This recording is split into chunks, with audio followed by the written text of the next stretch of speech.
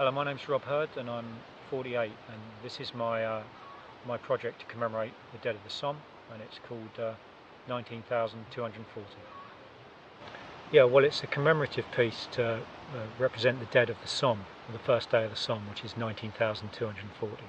And it came about from an injury I sustained because I'm an artist and I wasn't able to continue working, so I was looking for something also so I don't feel too sorry for myself, to think of others, but also something I could do, and I came upon the idea of creating these effigies which represent the individual dead of the Somme.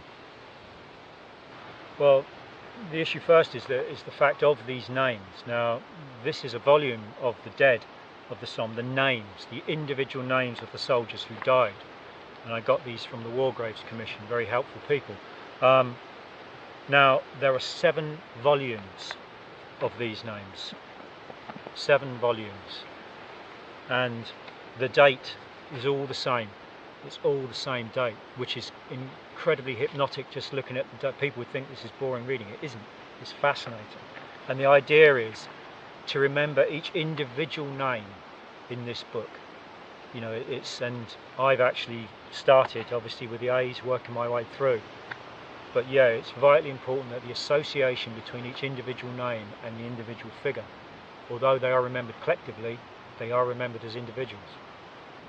Yeah, I made every one. I feel personally, I feel this is very important that I do every one. I hand stitch the shrouds and I place the figures in the shrouds.